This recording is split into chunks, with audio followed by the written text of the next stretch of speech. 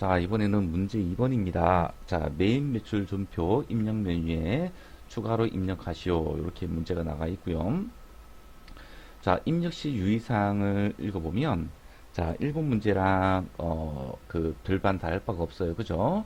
자, 우리 타겟종 대처거래 조교번호, 우리가 걸어주고, 그리고,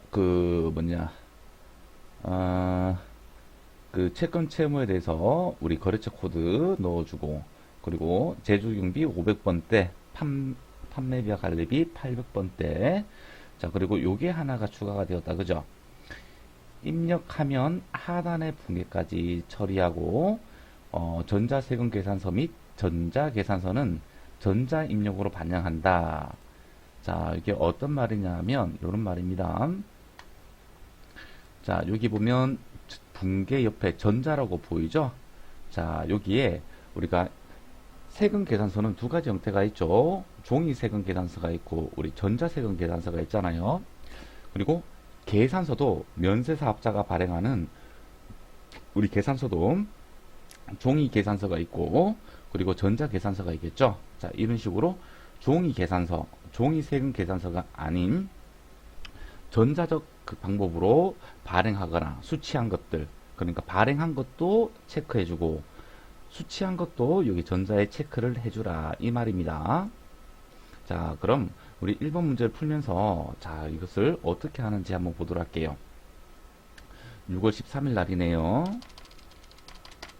자, 당사가 제조한 전자제품을 주식회사 대한에게 판매하고 다음과 같은 전자세금 계산서를 발급하였대요. 자, 발급했으니까 자, 여러분들 이거 알죠? 자, 세금 계산서는 공급하는 자가 공급받는 자에게 발급을 해주는 것입니다. 자, 그래서 공급하는 자는 세금 계산서를 발행을 하고요. 공급받는 자는 세금 계산서를 수취하고 대금을 지급을 해야 된다는 거죠. 어떤 말인지 알았죠? 자, 전자세금 계산서를 발급했기 때문에 자, 지금 용인전자는 그 매출하는 입장입니다. 공급자에 해당이 된다는 거죠. 그리고 판매 대금은 전에 다음 달 말일에 받기로 하였대요. 그럼 매출이기 때문에 외상 매출금을 우리가 기록을 해줘야 되겠다. 그죠? 자, 세금 계산서 양식이 요렇게 생겼습니다. 구체적으로 봐볼게요. 자, 왼쪽에는 공급자의 정보가 나와 있고요. 오른쪽에는 공급받는 자의 정보가 나와 있어요. 그리고 우리 필요적 기재사항이죠. 작성 일자 적는 거, 그리고 품목, 규격, 수량, 공급가액에 대한 단가, 그리고 공급가액, 그리고 세액, 부가세 세액 이렇게 구분이 되어 있다. 그죠? 그리고 요 밑에 부가세 포함해가지고 거래 대금이 얼마냐를 표현을 해주고 있고요. 자, 여기에서 현금으로 받았다면 여기, 수표로 받았다면 여기, 어음으로 받았다면 여기, 아직까지 받지 않은 외상으로 매출을 일으킨 거라면 외상 미수금이기 때문에 우리는 계정 과목을 외상 매출금이라고 한다. 그죠? 자, 세금 계산서는 요렇게 생겼습니다. 자, 그렇다면 회계 처리 한번 해보도록 할게요. 자, 매출, 지금 우리는 공급자의 입장이기 때문에 매출을 인식하는 붕괴를 해야 됩니다. 자, 일단 외상 매출금이 먼저 들어와야 되겠다. 그죠? 자, 외상 매출금은 부가세 포함해서 받아야 됩니다. 1650만원. 자, 대변에 자, 품목이 전자제품이다. 그죠? 제품 매출이 발생한 거네요. 제품 매출 1500만원. 그리고 부가세 예수금이 150만원이 요렇게 있겠다. 요렇게 해결 처리하면 된다. 그죠? 자, 채권 채무에 대해서는 거래처 코드를 걸어줘야 되기 때문에 주식회사 대한 코드를 걸어주기만 하면 된다는 겁니다. 자, 요 회계 처리를 우리는 메인 매출 전표 입력해서 한번 해볼 거예요. 자, 6월 13일입니다. 자, 매출이다. 그죠? 매출. 자, 이 매출 유형 중에서 세금 계산서를 발행을 했다면 11번 가세를 선택을 해주면 되는 겁니다. 자, 품목은요, 전자제품이라고 쓰여 있네요. 자, 수량 30개, 단가 50만원, 요렇게. 그러면 공급가격하고 부가세가 자동으로 달라붙을 겁니다. 자, 지금처럼, 자, 품목, 규격, 수량, 단가, 이런 정보들이 있다면, 여기에다가 적어 주시고요. 만약에 없다, 그럼 바로 공급가에다가 입력을 해주면 되는 겁니다. 자, 코드.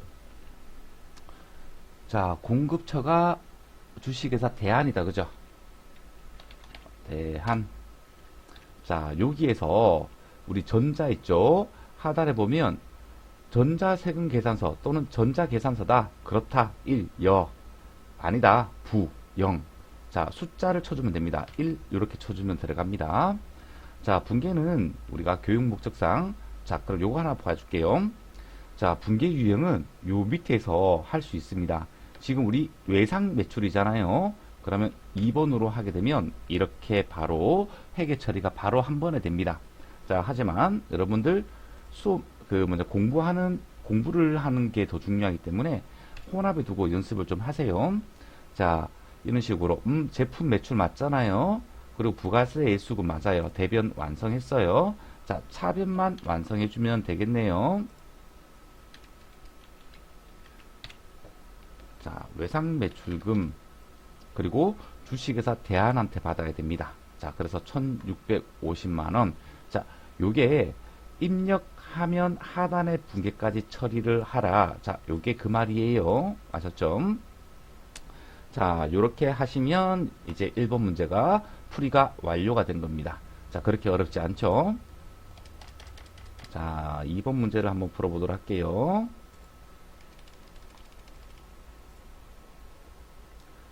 자, 7월 25일에 우리 회계부서에서 사용하기 위한 책상을 카이마트에서 구입을 했대요. 그리고 구매 대금을 법인카드인 세무카드로 결제하였대요. 자, 구입 시 자산 계정으로 입력할 것이라고 되어 있잖아요. 자, 책상이다. 그죠? 자, 그렇다면 자산 계정으로 잡아야 되기 때문에 책상을 비품으로 잡아주면 된다는 겁니다. 아셨죠? 자, 이게 신용카드 매출 전표라는 건데요. 자, 세무카드로 결제를 했고요. 세무카드의 번호는 이렇게 되겠다. 그죠? 자, 그리고 2020년 7월 25일 1시 52분 49초에 결제가 된 거고, 책상 공급 가액은 200만원, 부가세 포함해가지고 공급 대가가 220만원, 카이마트에서 샀다는 정보가 신용카드 매출 전표상에 남아있다. 그죠? 자, 그러면 우리는 이것을 우선 문제지에다가 회계 처리를 먼저 해보도록 할게요. 자, 차변. 자, 우리 책상이 자산으로 들어와야 되기 때문에 비품으로 걷어주면 됩니다. 자, 얼마요? 그렇죠. 200만원입니다. 자, 그런데 이 비품을 살 때 우리는 부가세 매입세액이 발생합니다. 그것을 우리는 부가세 대급금이라고 합니다. 그게 20만원이다. 그죠?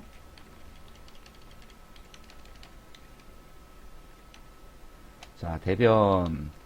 자, 우리가 카드 결제를 하고 나면 바로 통장에서 빠지는 게 아니다. 그죠?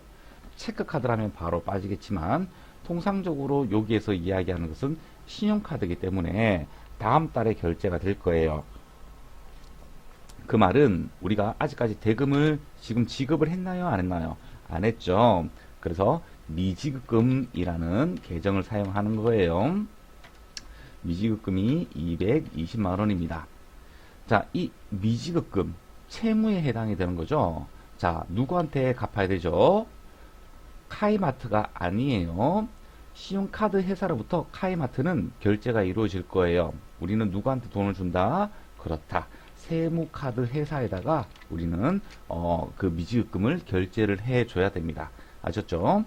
자, 회계 처리는 완성이 되었습니다. 자, 이것을 매입 매출 전표 입력해서 한번 입력해 볼까요? 자, 7월 25일. 이번에는 우리가 구입을 했다. 그죠? 그러면 매입이에요. 매입. 자, 그리고 카드로 결제를 했습니다. 그러면 카년, 카0이 있습니다. 그죠? 자, 하지만 이 비품을 사면서 우리는 매입세액이 발생이 되었죠. 그러면 카가로 걸어주면 되는 겁니다. 57번 카가.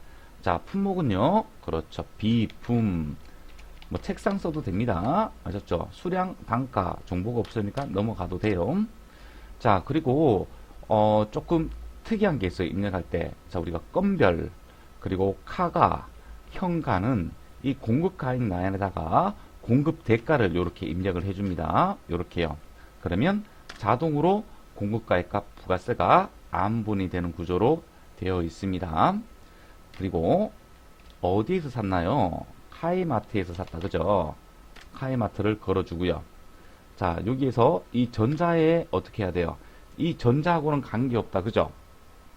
전자는 전자세금 계산서나 전자계산서를 발급받거나 수취할 때 쓰는 거기 때문에 지금 신용카드하고는 관계가 없어요. 하지만 신용카드 그 매입은 우리가 어느 카드에서 어느 카드로 결제를 했는지 그 정보를 걸어줘야 됩니다. 자, 세무카드에서 했다. 그죠? 자, 분계. 저는 3번으로 해서 한번 해보도록 할게요. 자, 부가세 대급금은 잘 걸렸어요. 20만원. 그죠? 하지만 원재료로 되어 있단 말이죠. 이 원재료를 비품으로 변경을 해 줘야 됩니다. 아셨죠? 그리고 이 비품은 감가상각으로 비용 처리를 하는 겁니다. 자, 차변은 됐고, 대변. 자, 대변은 우리 미지급금 걸어주면 된다. 그죠? 자, 여기에서 주의해야 될 거. 자, 거래처 코드가 이 미지급금은 카이마트가 아니라 세무카드 회사에다가 우리가 대금을 결제를 해줘야 됩니다. 자, 그래서 요거 변경해야 되는 거, 거래처 코드 변경해야 되는 거 여러분들 나중에 놓치면 안 됩니다. 자, 2번까지 잘 풀었고요. 자, 3번 봅시다. 자, 9월 15일 생산 부분의 매입 거래처에 선물을 전달. 자, 선물은 접대비에 해당합니다. 그죠? 접대비입니다. 자, 그런데 누구한테요? 생산 부분의 매입 거래처이기 때문에 우리가 500번대 코드를 걸어줘야 됩니다. 그죠? 요거를 잊으면 안 됩니다. 판매비와 관리비에 해당하는 813번 접대비 코드를 사용하면 안 됩니다. 자, 전달하기 위하여 주식회사 영선으로부터 자, 선물 세트를 매입을 했네요. 자, 요거 우리 매입 거래다. 그죠?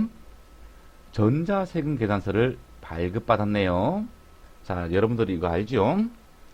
자, 접대비는 매입세액 불공제 사항에 해당이 됩니다.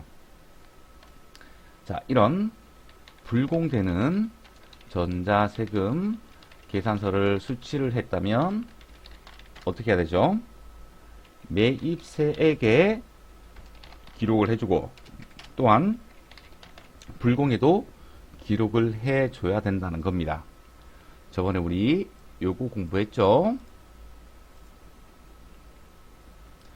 자, 에코.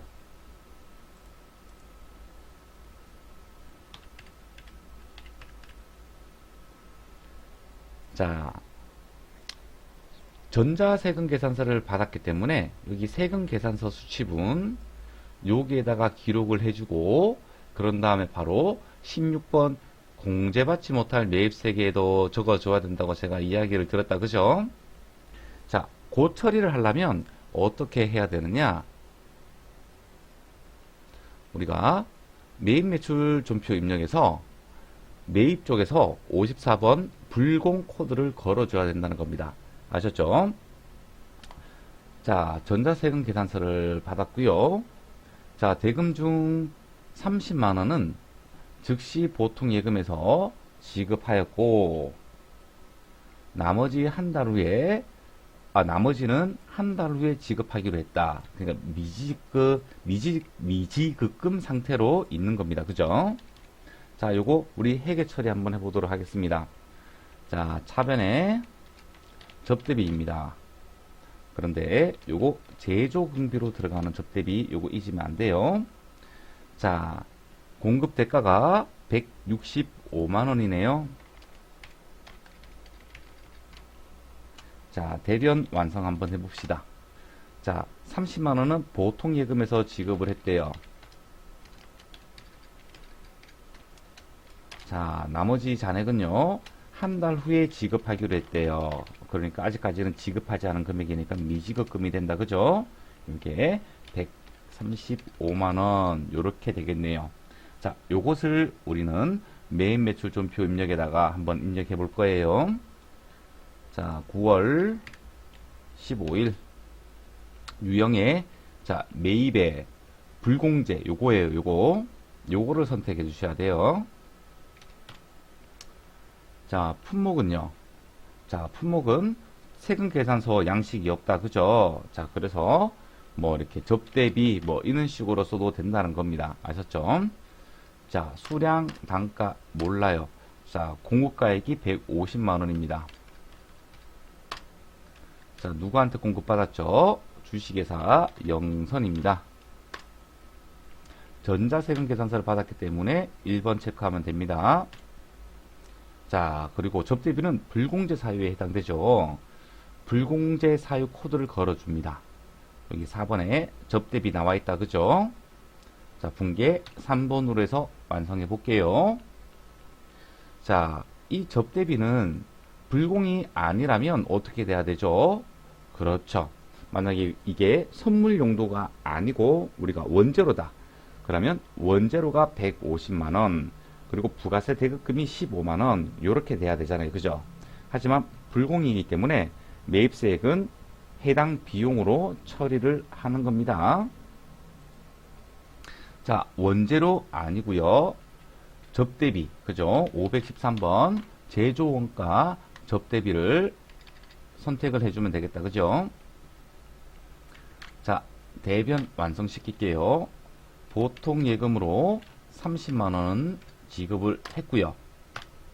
자, 그리고 미지급금이 나왔습니다. 135만원. 자, 요렇게 처리를 하면 됩니다. 자, 이 미지급금 주식회사 영선한테 지급해야 되는 거 맞죠? 네, 맞습니다. 오케이, 좋아요. 자, 우리 4번 한번 해볼게요.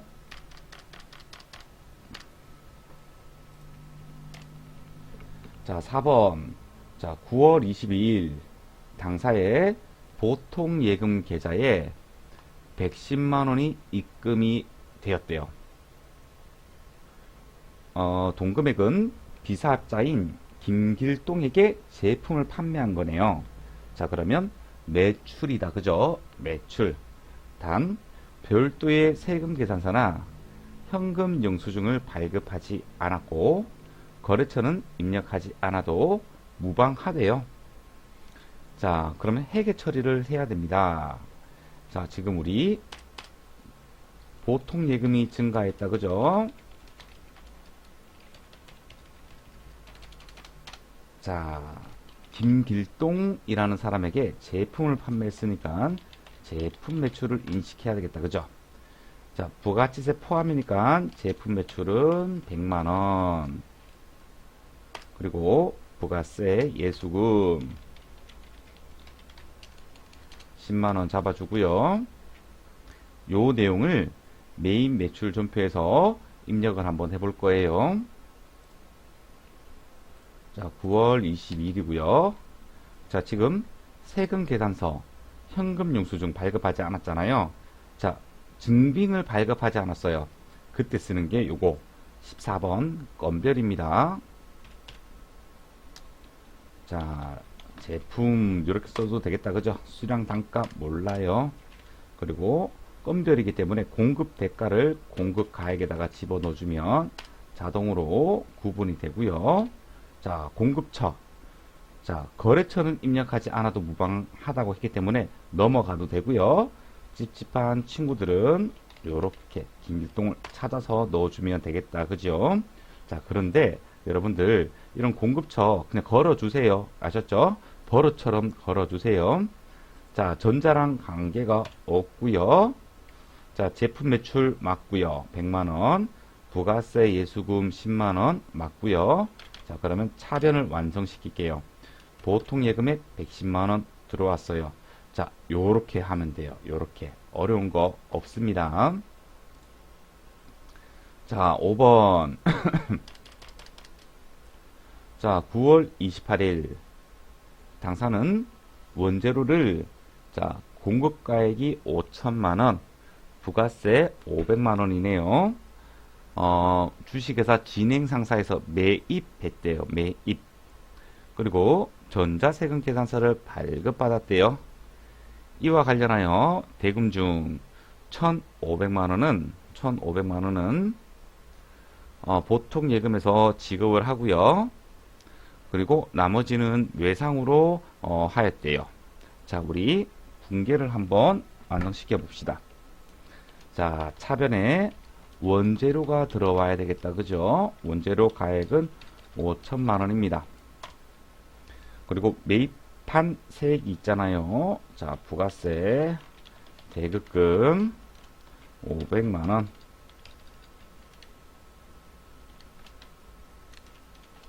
자, 대변. 자, 1,500만원은 보통 예금에서 지급을 하였대요. 자, 그리고 외상 매입금. 왜냐하면 나머지는 외상으로 하였잖아요. 이게 4천만원. 요렇게 되겠다. 그죠?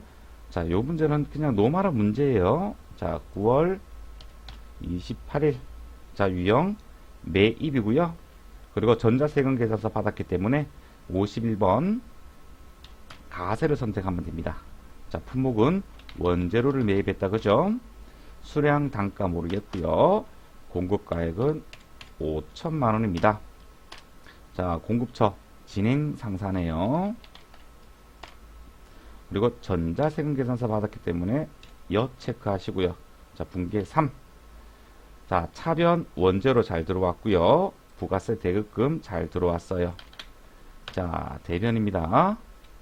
자, 보통 예금에서 1,500만원만 나갔다. 그죠? 나머지는 외상 매입금이다.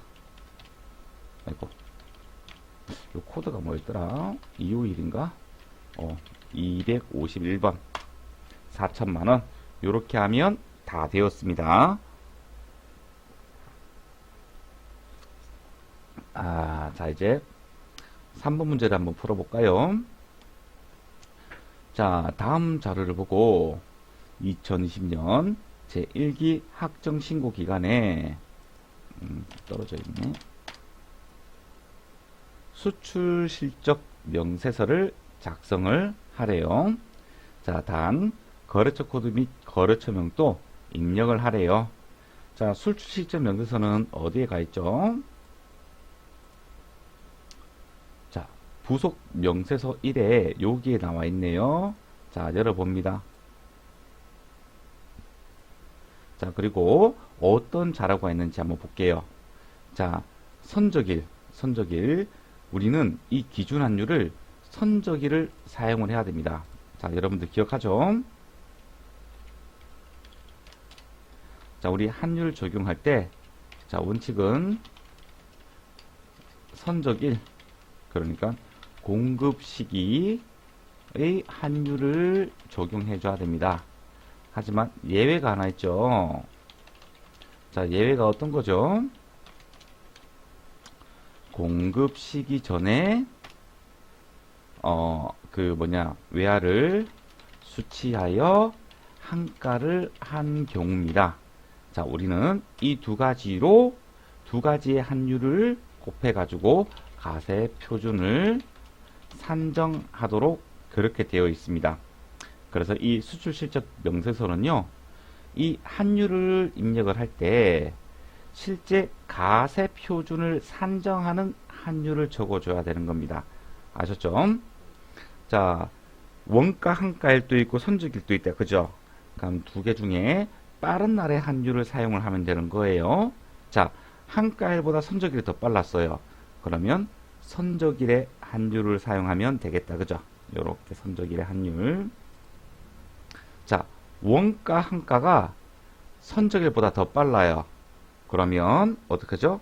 원가 한가일의 환율을 입력을 해줘야 되는 겁니다. 자, 베이징 상사건은 선적일이 더 빠르다. 그죠? 요렇게 선적일이 하루 더 빠르네요. 자, 요렇게 우리가 어떤 환율을 사용할 것인가를 먼저 생각을 해야 된다는 겁니다. 자, 이거 보도록 할게요. 자, 1기 학정 신고 기간이기 때문에 요거 몇 월부터 몇 월이에요? 4월부터 6월이다. 그죠? 자, 그러면 4월부터 6월까지. 자, 수출 신고 번호 여기에 있습니다. 그죠? 13042 10044689689X 자동으로 그 대신은 만들어집니다. 자, 선적일자 2020년 04월 06일입니다. 자, 통화코드 USD라고 나와 있다. 그죠? 자, USD 선택을 해주고요. 자, 16번에 들어가는 환율이 뭐냐 하면 실질적으로 가세 표준을 산정하는 데 있어서의 환율이라는 겁니다. 지금 미국 AB사는 선적일의 환율이 먼저 있기 때문에 선적일의 환율을 적어줘야 된다는 겁니다. 요렇게 1150원을요. 자, 외환은요. 자, 수출액 5만 달러네요. 그럼 자동으로 원화가 환산이 될 겁니다. 아셨죠? 자, 거래처 코드는 ABC4 요렇게 하면 되는 것입니다. 자, 이번에는 DEF4 입력을 한번 해볼게요. 자, 13045 10011 470X. 자, 선적일자가 2020년 5월 01일입니다. 자, 통화코드 USD 똑같네요. 그리고 환율. 자, 이번 시험은 요런 함정들이 몇 가지 있었다. 그죠? 자, 요런 것들 선적일의 환율을 그냥 생각 없이 적는 친구들이 나온단 말이죠. 선적일의 환율이 아니라 원가 한가일이 선적일보다 더 빠르기 때문에 원가 한가일의 환율로 우리는 가세 표준을 산정을 했기 때문에 1130원을 적어줘야 된다는 겁니다. 아셨죠? 요거 주의하셔야 돼요. 자, 외환은 우리 6만 달러라고 되어 있네요.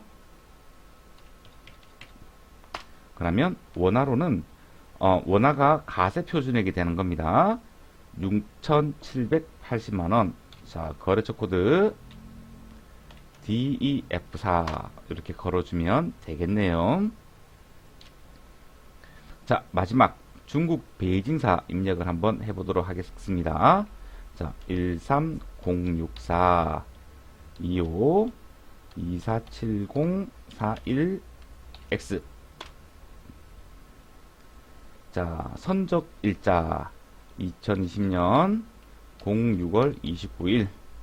자, 통화는 위안이다. 그죠? 자, 찾아볼까요? CN 나왔다. 확인. 자, 환율은 우리 선적일의 환율을 적어주면 되겠습니다. 위안. 자, 외환은요, 70만 위안이네요. 요렇게. 그러니까 원화로는 1억 1,900만 원이고, 거래처 코드는 베이징사.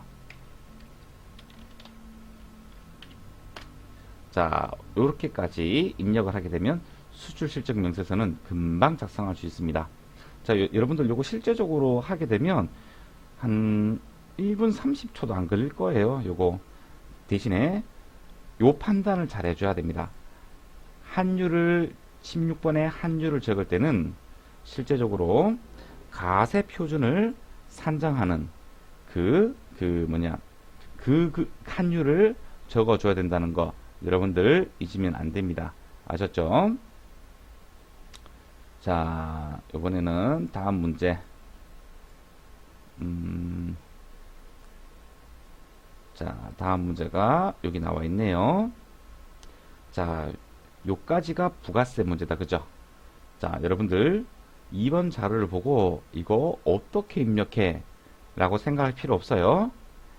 하나씩 하나씩 이렇게 입력을 하면 됩니다. 그러니까 걱정하지 말고 저를 따라 가지고 한번 입력을 한번 해보도록 할게요.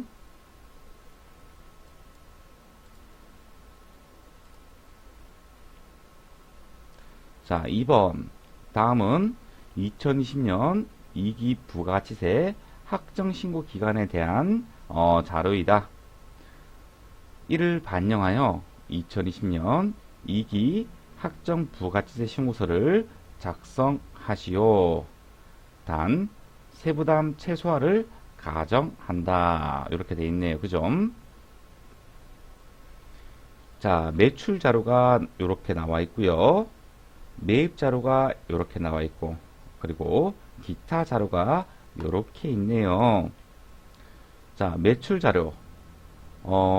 다양하게 매출이 발생을 한 게 보이네요. 자, 요 자료는 부가가치세 신고서를 열어서 우리가 직접 입력을 하면 됩니다. 자, 2기 확정 신고 기간이기 때문에 10월부터 12월까지를 조회를 하면 되는 겁니다.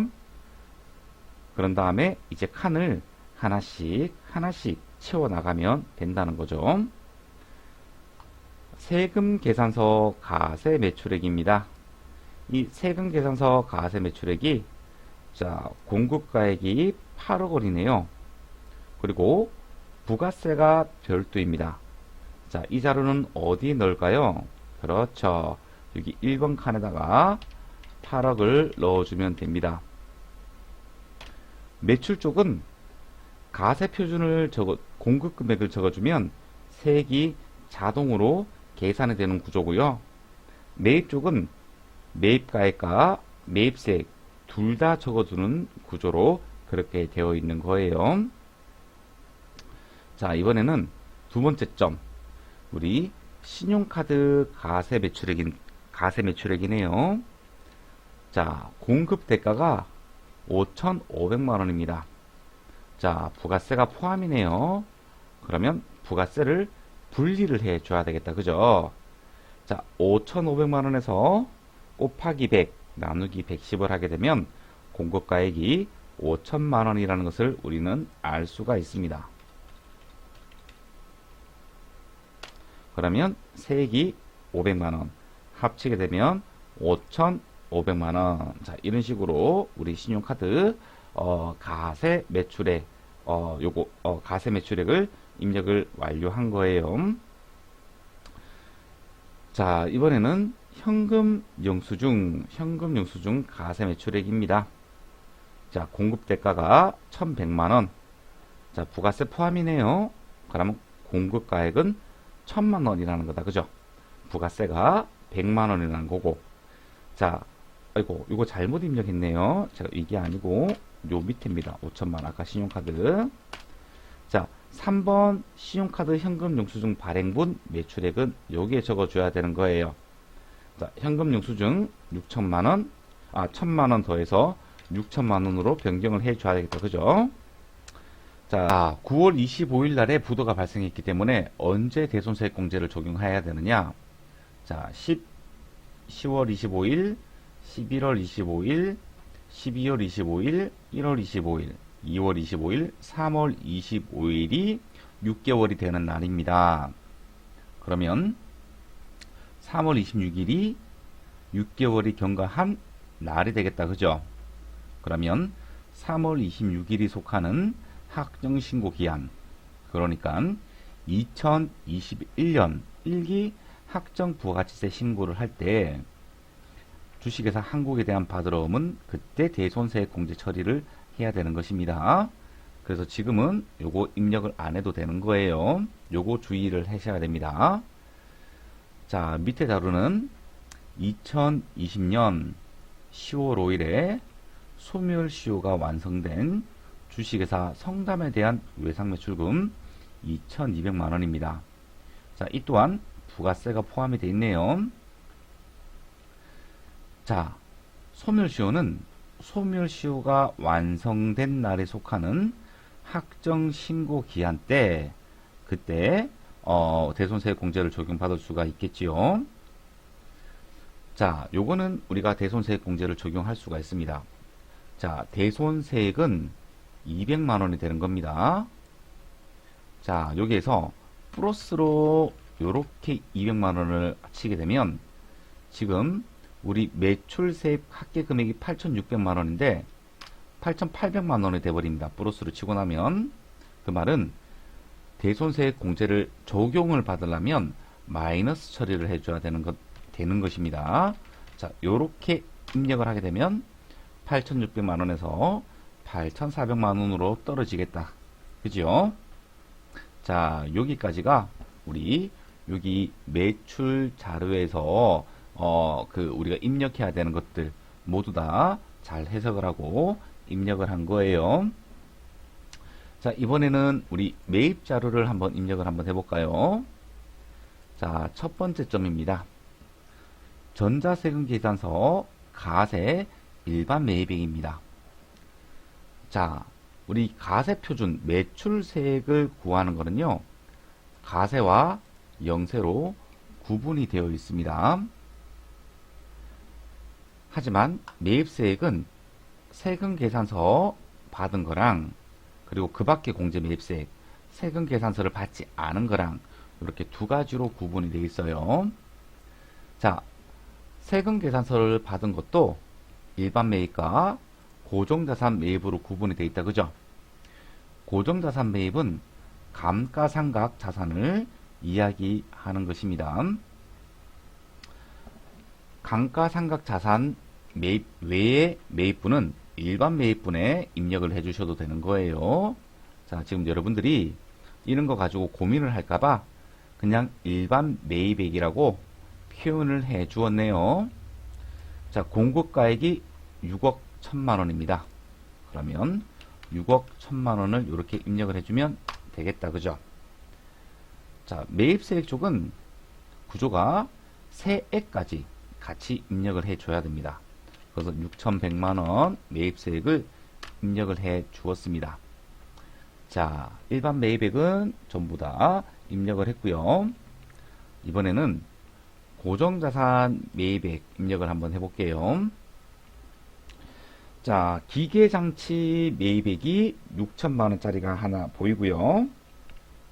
두 번째, 비용업용 승용차 매입액이 3천만원 있다는 것을 알고 있다. 그죠? 이 기계장치와 승용차는 고정자산 매입분입니다. 따라서 여기 11번에다가 입력을 해 주는 것입니다. 합치면 9천만원이 되겠다. 그죠? 매입세액은 900만원입니다. 자, 그런데 여러분들 제가 누누이 얘기를 했습니다. 세금 계산서 수취분 중에서 매입세액 불공제 사유에 해당된다면 공제받지 못할 매입세액에도 입력을 해줘야 되는 것입니다. 자, 고정자산, 매입자산 중에서 우리 매입세액 불공제 사항이 비용업용 승용차다. 그죠? 그러면 이 비용업용 승용차 공급가액을 이렇게 3천만원을 입력을 해줘야 되는 것입니다. 그런데 입력이 안 됩니다. 자, 만약에 이렇게 입력이 안 되면 오른쪽을 보세요. 오른쪽. 그러면 16번. 번호가 16번이죠. 그대로 따라가면 됩니다. 자, 공지받지 못할 매입세액 중에서 자, 우리 공통 매입세액 요거 아니다. 대손처분 받은 금액 아닙니다. 일반적인 매입세액 불공제분은 50번 칸에다가 입력을 해주면 되는 거예요. 자, 3천만원, 300만원. 자, 요렇게요. 자, 요렇게 입력을 해주면 되는 것입니다. 그러면 여기에다가 반영이 되죠. 좋습니다. 자, 그리고 기타. 이제 기타 자료를 한번 보도록 할게요. 자, 2기 예정 신고할 때 미환급된 세액이 있네요. 자, 여러분들 이 내용은 알죠? 매입세액을 매출세액보다 매입세액이 많아가지고 환급을 받으려고 합니다. 환급은 예정신고 기간 때 받을 수 있나요? 없나요? 안 되죠. 언제나 확정신고 기간 때 환급이 이루어지는 것입니다. 그래서 예정신고 시에 미환급된 세액을 신고서상에 반영을 해줘야 됩니다. 자, 보게 되면 여기 21번 있죠. 21번이 예정신고 미환급 세액입니다. 자, 여기에다가 300만원을 입력하면 되는 것입니다. 자, 두 번째 점. 자, 정상적으로 수취한 종이세금 계산서 원재료를 구입한 거네요. 자, 예정신고 누락분입니다. 자, 예정신고 누락분은 우리 확정신고 시에 반영을 할 수 있어요. 그리고 종이세금 계산서를 수취를 했기 때문에 수취한 입장에서는 가산세 문제는 없는 거예요. 발급자가 우리 전자세금 계산서 미발급에 관련된 가산세를 부담을 해야 되는 거고요. 아셨죠? 그래서 여기 이 매입 쪽 예정신고 누락분 있죠? 여기에다가 공급가액이 1000만원 요렇게 입력을 해 줘야 되는 것이죠. 자, 그런데 또 입력이 안 됩니다. 자, 그렇다면 오른쪽으로 넘어갑니다. 자, 예정신고 누락분이 12번입니다. 자, 12번이 어디 있나요? 여기 있네요. 자, 매입이고 예정신고 누락분입니다. 자, 세금 계산서 받은 거다. 그죠? 그러면 38번 세금 계산서를 입력을 해주면 되겠다. 그죠? 요렇게. 그리고 세액도 넣어줘야 됩니다. 자, 요렇게 하게 되면 숫자가 모두 다 잘 들어갔습니다.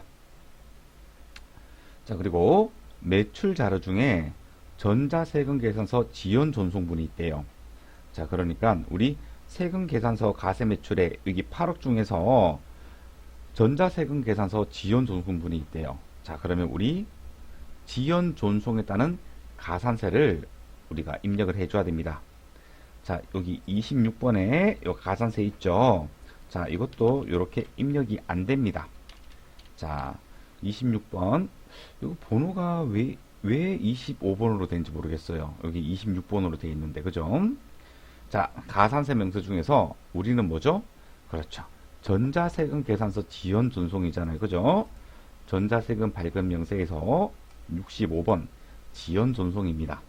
여기에 공급가액 500만원을 입력을 해주면 자동으로 가산세가 계산이 됩니다. 자, 요렇게 입력을 하는 것입니다. 자, 지금 제가 한 12분 정도 여러분들하고 이제 풀이를 했는데요. 실제적으로 요런 문제는 한 3분에서 한 5분, 3분 뭐 요정 아니면 더 빨리 할 수도 있어요. 네, 빨리 풀 수 있어요. 이런 문제들. 네, 대신에 요런 것들 있죠. 가산세, 그리고 요거 부도. 자, 요런 것들만 주의를 하시게 되면 깨끗하게 다 맞출 수 있습니다. 여러분들한테 아주 뭐 심오하거나 아주 어렵거나 자, 그런 내용에 대해서 여러분들한테 막 시험 문제로 출제하거나 그러진 않아요. 자, 이렇게 부가세 문제까지 여러분